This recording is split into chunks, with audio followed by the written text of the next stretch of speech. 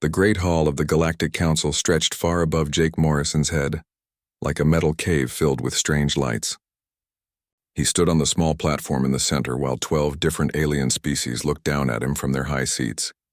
The air smelled wrong here, mixed with gases that made his nose burn and chemicals that helped the water-breathing aliens stay alive. Jake had been Earth's voice in this place for 3 long years. 3 years of watching good human soldiers die for wars that had nothing to do with Earth. Captain Lisa Hayes stood behind him in her dark blue uniform.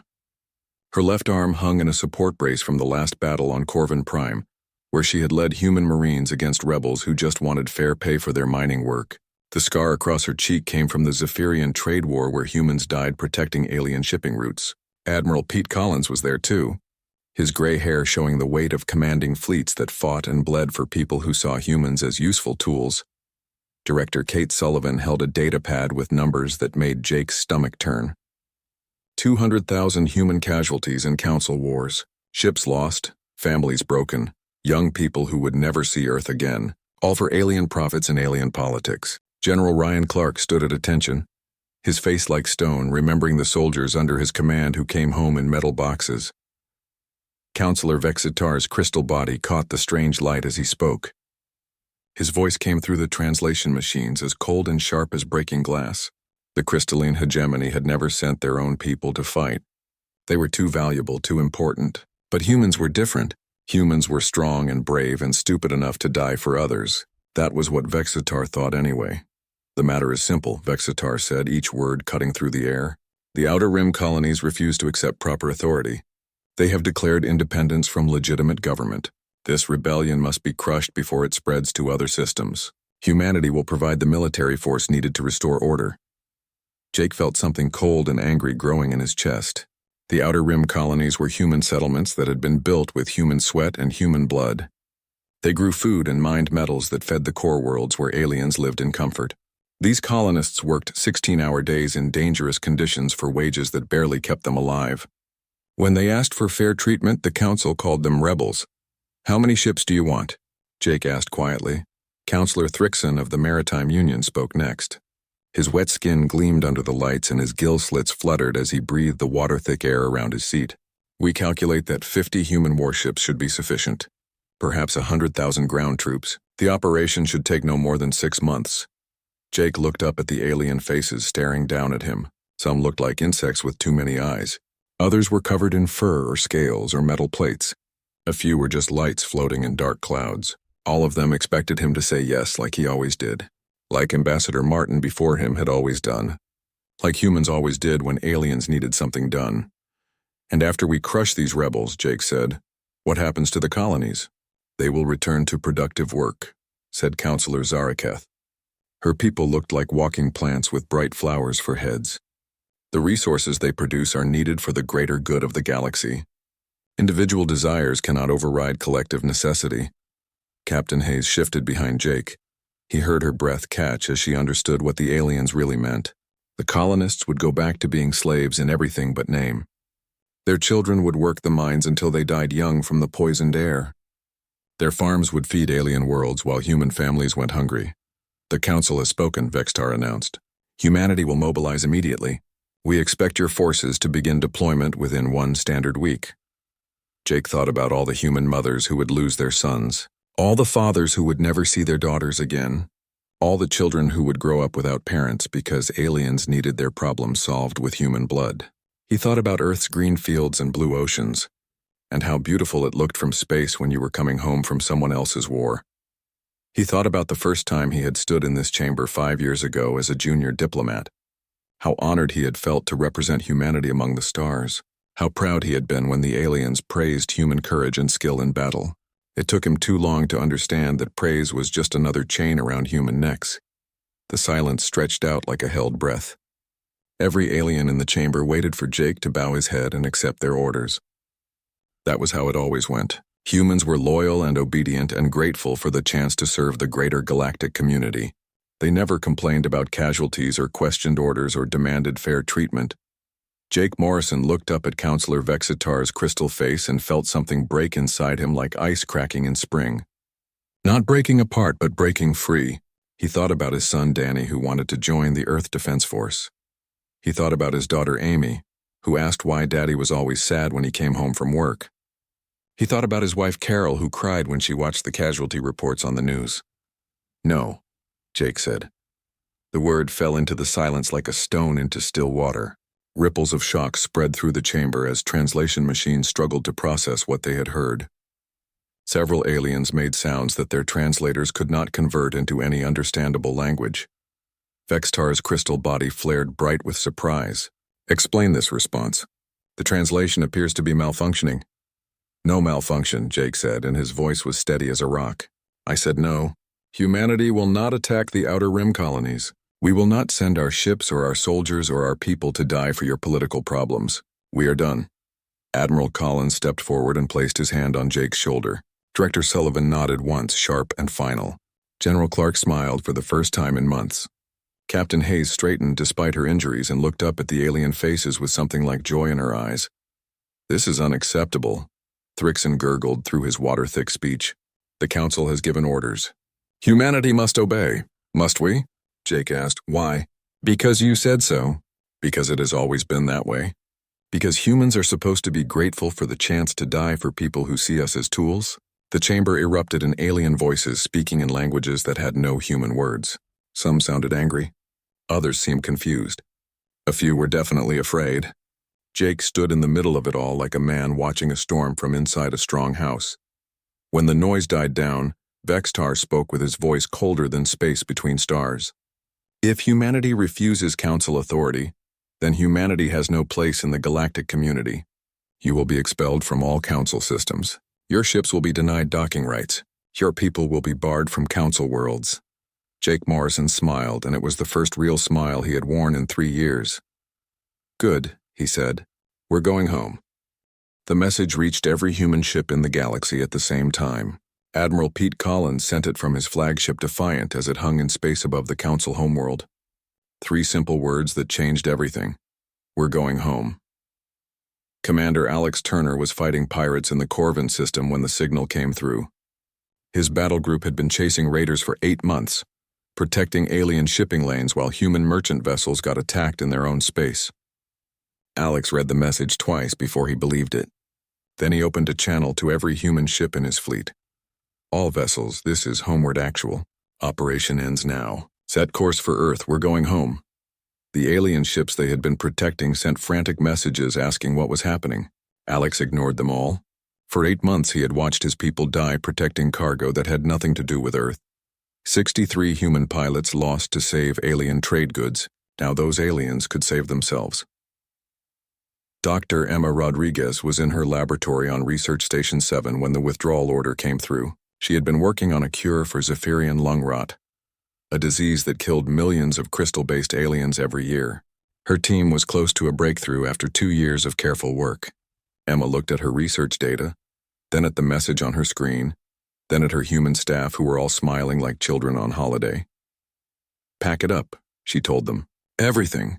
Take all the data, all the samples, all the equipment. If they want our research, they can ask nicely and pay fair prices." The Zephyrian scientists working with her looked confused and worried. They had been counting on human help to save their people.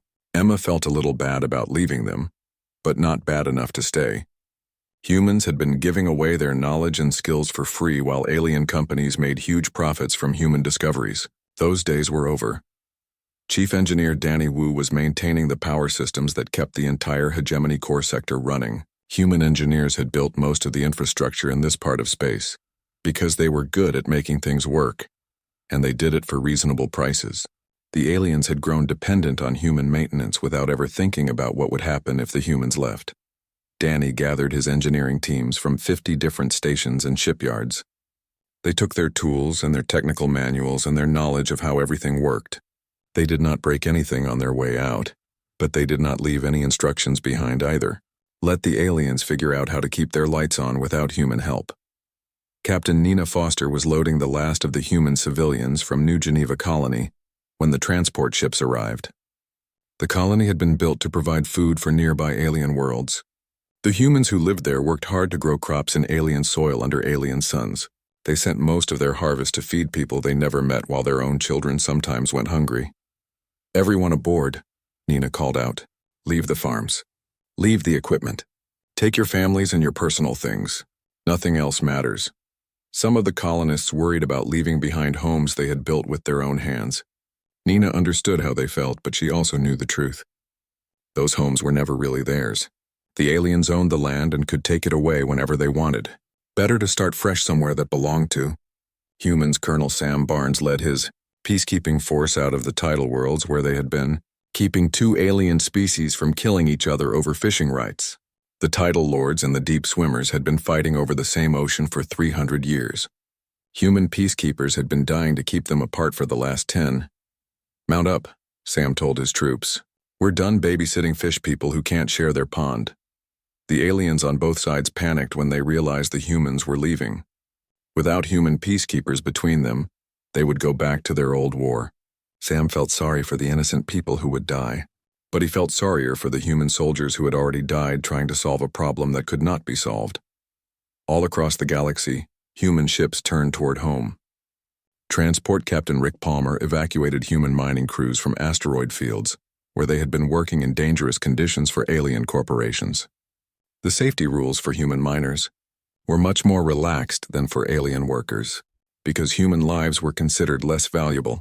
Commander Beth Harrison pulled human patrol ships out of the dead zone where they had been watching for signs of the devourers.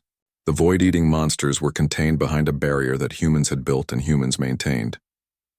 Without human ships monitoring the perimeter, nobody would know if the devourers tried to break free. That was not Beth's problem anymore. Dr. Kevin Stone closed down the medical centers where human doctors had been treating alien diseases.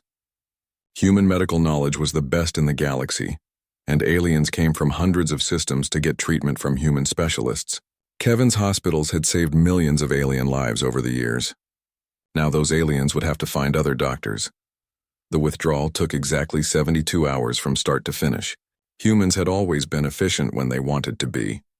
Every human ship, every human worker, every human family in council space packed up and left.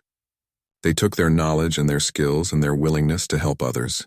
They left behind empty buildings and silent machines, and alien species who suddenly realized how much they had depended on human help.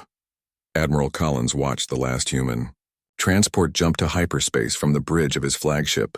The evacuation was complete. Every human in council space was heading home or already there. The aliens could keep their grand empire of 1,000 worlds. Humans would take their small blue planet and build something better. Admiral, his communications officer, reported, "We're getting emergency signals from dozens of systems.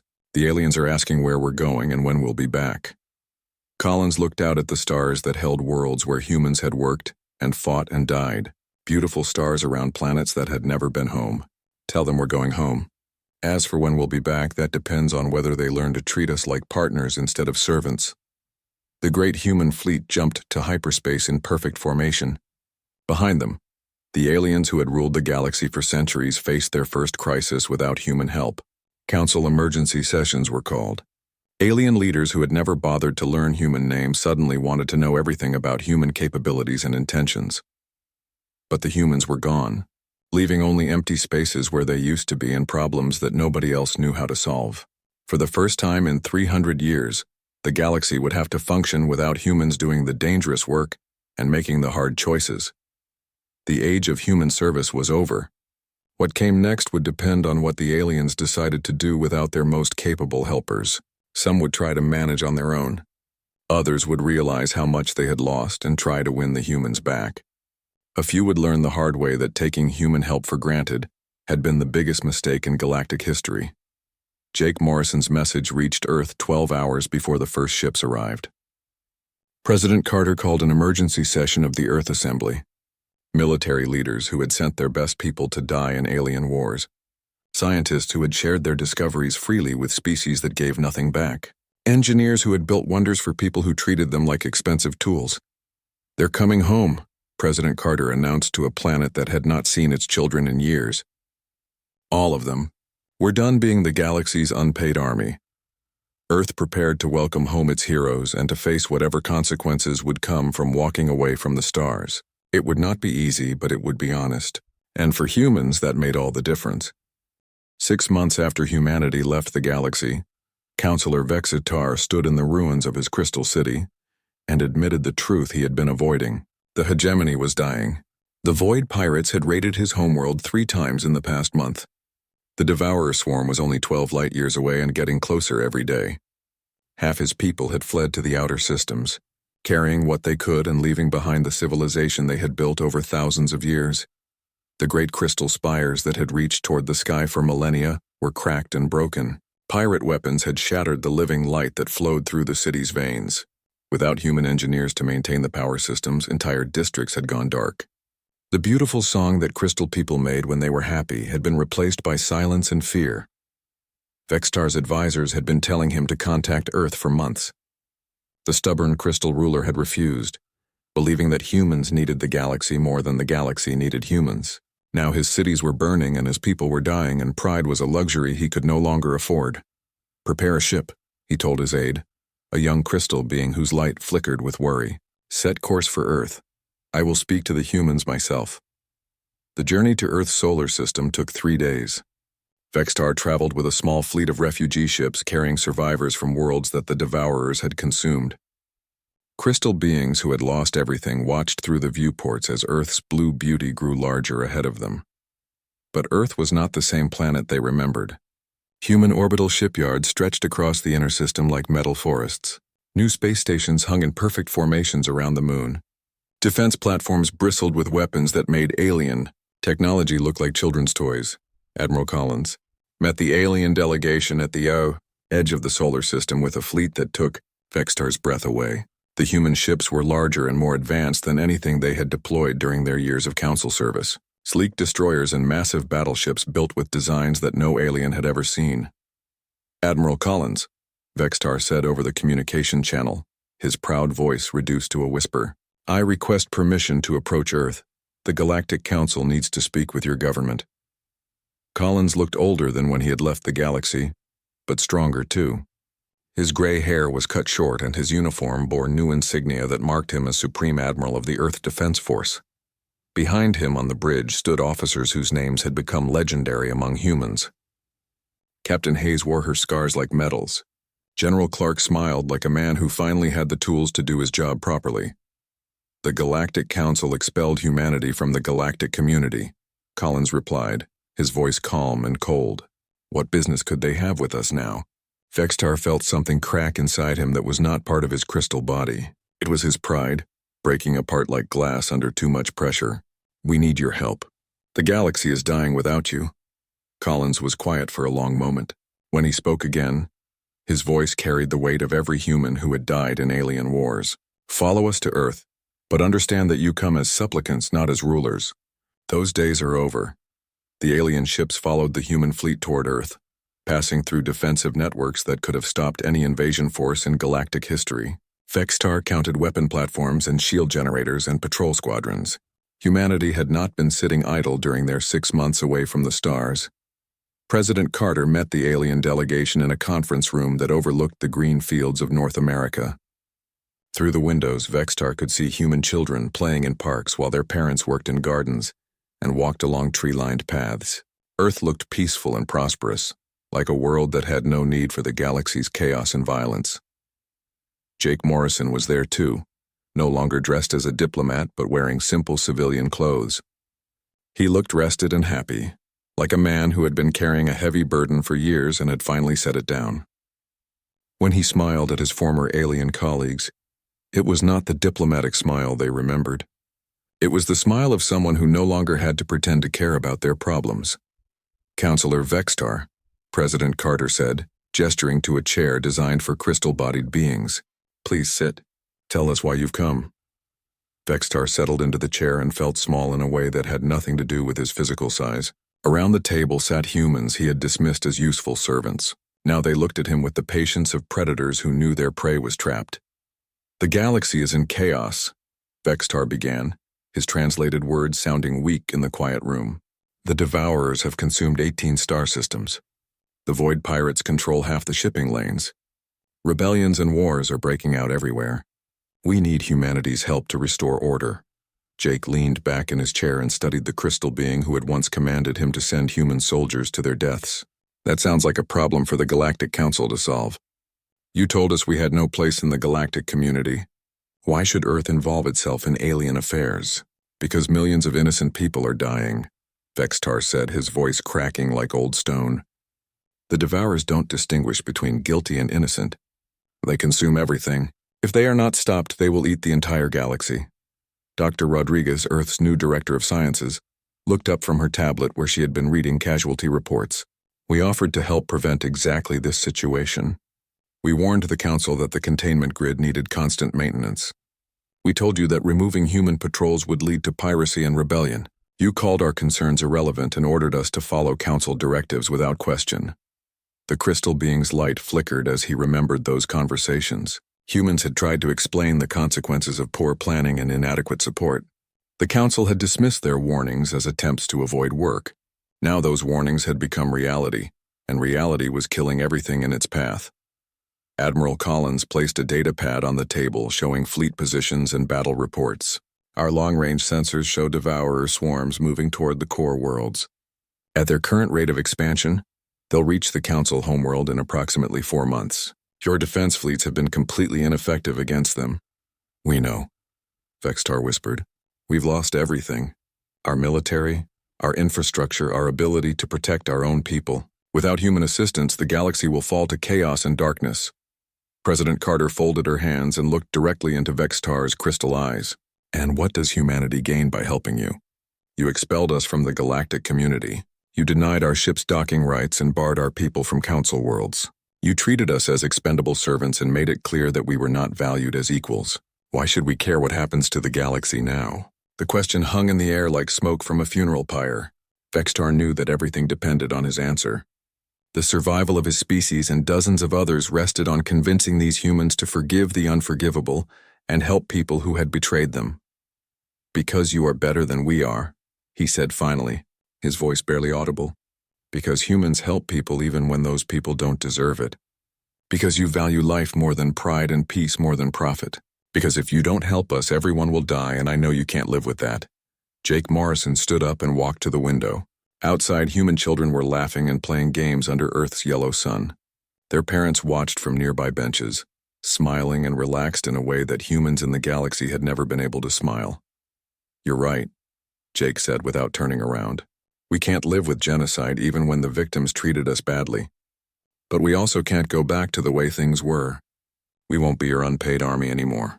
We won't sacrifice our people for your politics. If we help you, it will be on our terms. Vextar felt hope flicker in his crystal heart for the first time in months. What terms? Anything you want.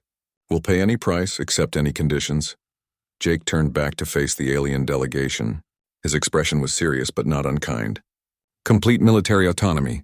Humanity commands all combined forces during the crisis. No Council oversight. No alien officers in our chain of command. No interference in our tactics or strategy. Admiral Collins continued the list of demands. Full reparations for every human life lost in Council wars. Payment for all equipment and infrastructure we built in alien space. Technology sharing agreements that benefit Earth, not just Council species. Dr. Rodriguez added her own requirements. Equal representation in the post-war government. Human colonies granted full independence and self-determination. An end to the economic policies that kept human worlds poor while alien worlds grew rich. The terms were harsh but fair. They would make humanity the dominant power in the galaxy, reversing centuries of alien supremacy. Vextar knew that many Council species would see it as surrender and humiliation. He also knew it was their only chance to survive. Agreed, he said. All of it. When can you begin?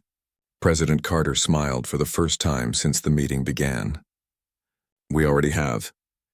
The largest fleet in human history jumped into the dying galaxy, like avenging angels clothed in steel and fire. Admiral Collins commanded from the bridge of his new flagship Retribution, a massive dreadnought that could have destroyed entire Council fleets during the old days. Around him stretched a formation of ships that made alien. Observers weep with relief and terror in equal measure. The human armada was 10 times larger than anything Earth had ever deployed during their years of Council service. Sleek destroyers with names like Justice and Reckoning flew alongside carrier ships bristling with fighter squadrons, battlecruisers called Consequence, and never again moved in perfect formation with support. vessels that could repair fleets or build new ones from raw materials. Captain Lisa Hayes commanded the assault group that hit the Void Pirates first. Her squadron of hunter-killers had been designed for one purpose: finding criminals who thought they could hide in the dark spaces between stars. The pirates had grown bold and careless during their months of easy raiding. They were not prepared for the fury of humanity unleashed. Captain Torres was planning his next attack on a defenseless merchant convoy when human ships materialized around his flagship like death itself. His sensors showed impossible readings. The human vessels moved faster than physics should allow and hit harder than supernovas. His crew of murderers and thieves had never faced opponents who fought with such controlled violence. "Surrender now and you will be taken alive," Hayes announced over the communication channel. Her voice was calm and professional, like a doctor explaining a simple procedure. "Resist and you will be destroyed where you sit. You have 30 seconds to decide." Torres had been a pirate for 40 years. He had fought alien navies and corporate security forces and rival criminal gangs. He had never heard anything as terrifying as that human woman's polite offer of mercy. His hands shook as he reached for the surrender controls. The pirate armada that had terrorized the galaxy for months was destroyed or captured in 3 days. Human tactics were precise and overwhelming. They used information warfare to turn pirate groups against each other. They employed psychological operations that made hardened criminals abandon their ships and flee into space. When direct force was needed, they applied it with surgical efficiency that left enemy fleets as expanding clouds of debris. Colonel Sam Barnes led the ground, forces that ended the Corvin Rebellion by doing something no previous peacekeeping force had tried. Instead of protecting the mining corporations from angry workers, he arrested the corporate executives for criminal negligence and worker endangerment. The rebels put down their weapons when they realized humans had come to help them, not crush them. "The mining companies poisoned your people for profit," Barnes told the rebel leaders in a meeting that would have been impossible under council authority. "They paid politicians to ignore safety violations that killed your families. That ends now. New management, new safety rules, new fair wages for everyone." The transformation was remarkable. Mining worlds that had been battlefields became peaceful communities almost overnight. Workers who had been ready to die fighting oppression became partners in rebuilding their damaged societies. Corporate executives who had thought themselves untouchable found themselves in prison cells, awaiting trial for crimes against humanity. But the real test came when the Devourers emerged from the dead zone in a swarm that could devour suns. The ancient horrors had been growing stronger during their brief freedom, feeding on the systems they had consumed. Now they moved toward the core worlds like a tide of absolute hunger that would not stop until everything was gone. Admiral Collins met them at the Battle of Nexus Point with every ship humanity could deploy. The engagement that followed would be remembered as the greatest naval battle in galactic history. Human vessels fought monsters older than civilization itself, using weapons and tactics that no alien mind could have conceived. The Devourers were not ships or creatures in any normal sense. They were holes in reality that ate space and time and matter. They could not be reasoned with or frightened or tricked. They could only be fought with pure force and absolute determination. Fortunately, humans had both in abundance. Dr. Rodriguez's research teams had spent months developing new weapons based on devourer biology samples that previous human expeditions had collected, energy dampeners that could slow the monsters' feeding, quantum mines that collapsed their internal structures, containment fields that could hold creatures made of living void. "All ships, this is Fleet Command," Collins announced as the battle reached its climax. "Remember what we're fighting for. Every human world, every alien species that ever showed us kindness. Every child who deserves to grow up under stars that still shine. Today we end this threat forever." The human fleet fought with courage that bordered on madness and skill that looked like magic. They lost ships and crews and friends, but they never wavered. When the Devourers tried to surround them, the humans scattered and regrouped. When the monsters concentrated their forces, the humans hit them from unexpected angles, with weapons that tore holes in hungry darkness. The battle lasted 18 hours. When it ended, the Devourer swarm was contained behind new barriers that humans had built while fighting. The ancient threat was not destroyed, but it was trapped so completely that it would never threaten the galaxy again. Human engineering had accomplished what centuries of alien technology could not. But the real victory was political. News of humanity's triumph spread across every surviving world. The species that had dismissed humans as useful barbarians watched in awe as those same barbarians saved civilization from extinction. Alien leaders who had thought themselves superior begged for the chance to serve under human command. Jake Morrison stood before a new galactic assembly that bore no resemblance to the old council. Representatives from every surviving species had come to Earth to negotiate their place in the new order. The grand chamber where aliens had once looked down on human ambassadors was gone, replaced by a simple meeting hall where everyone sat at the same level. The galaxy has learned hard lessons about cooperation and respect, Jake told the assembled delegates. Humanity will never again serve as unpaid soldiers for other species' problems. We will work together as equals or we will work separately. The choice is yours. The terms of the new Terran coalition were simple and fair. Every species contributed according to their abilities and received protection according to their needs. No single group dominated the others. Military service was shared equally among all members. Trade agreements benefited everyone involved, not just the wealthy and powerful. Some alien species struggled with the concept of equality. They had ruled others or been ruled by others for so long that partnership seemed impossible.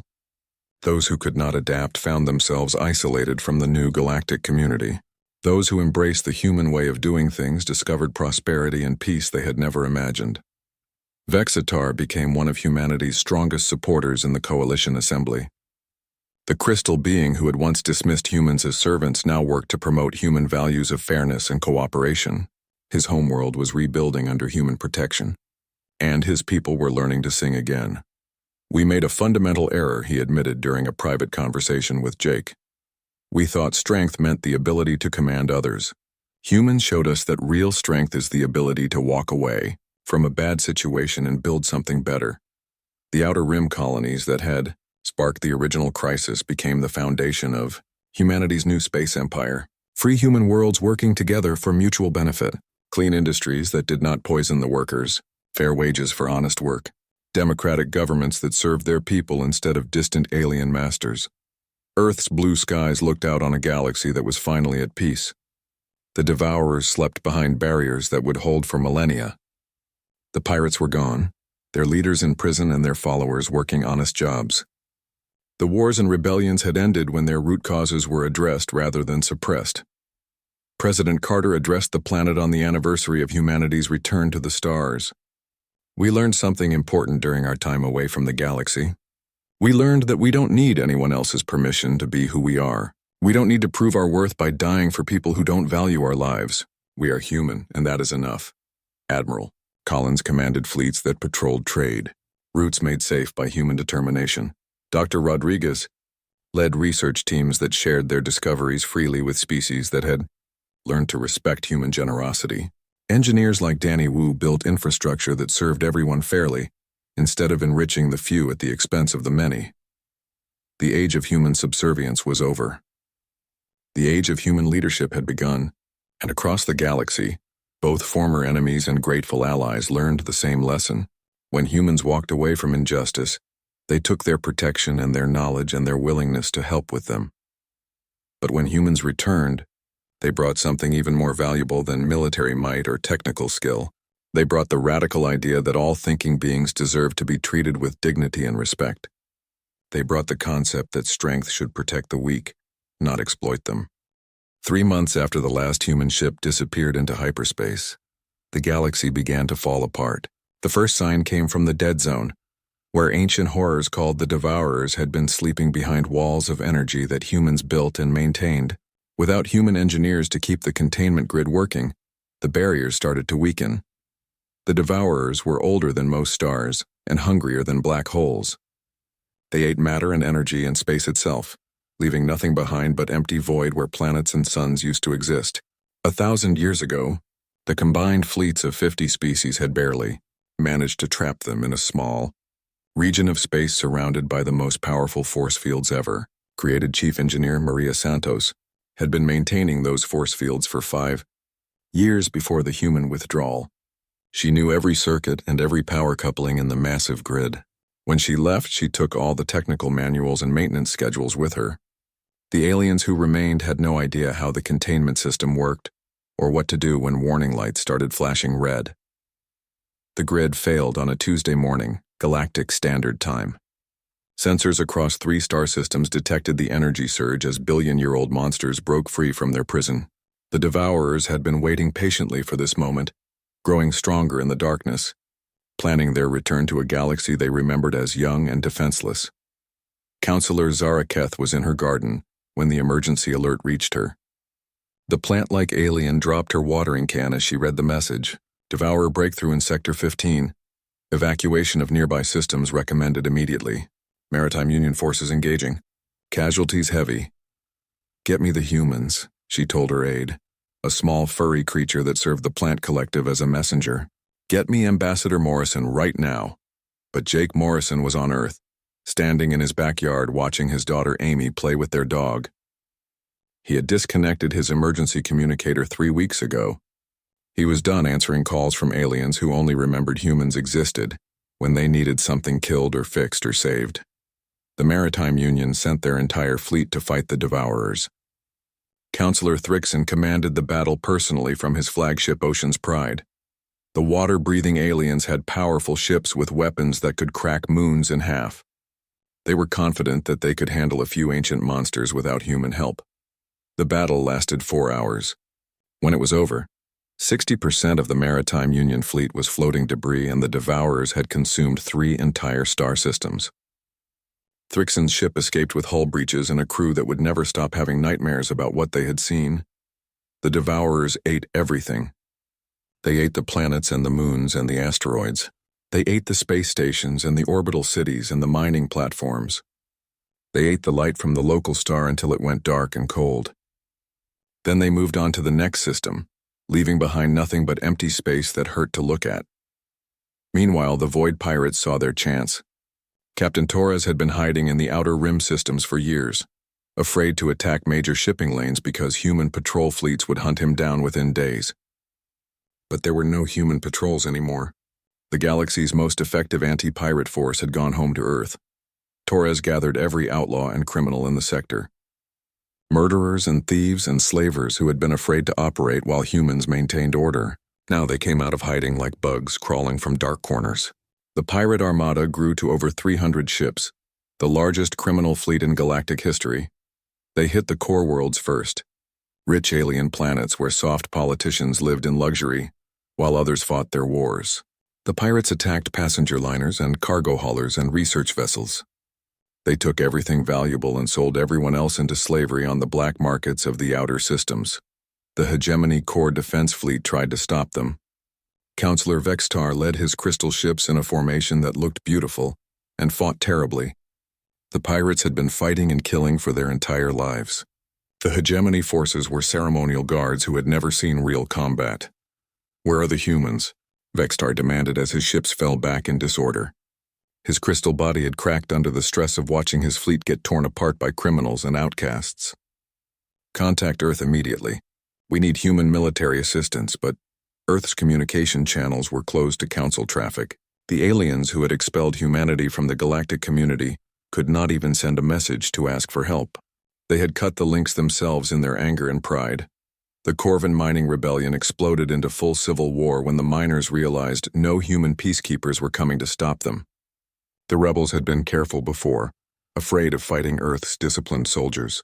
Now they attacked government buildings and corporate offices with homemade weapons and desperate courage. General Helen Cross watched the reports from her office on Earth.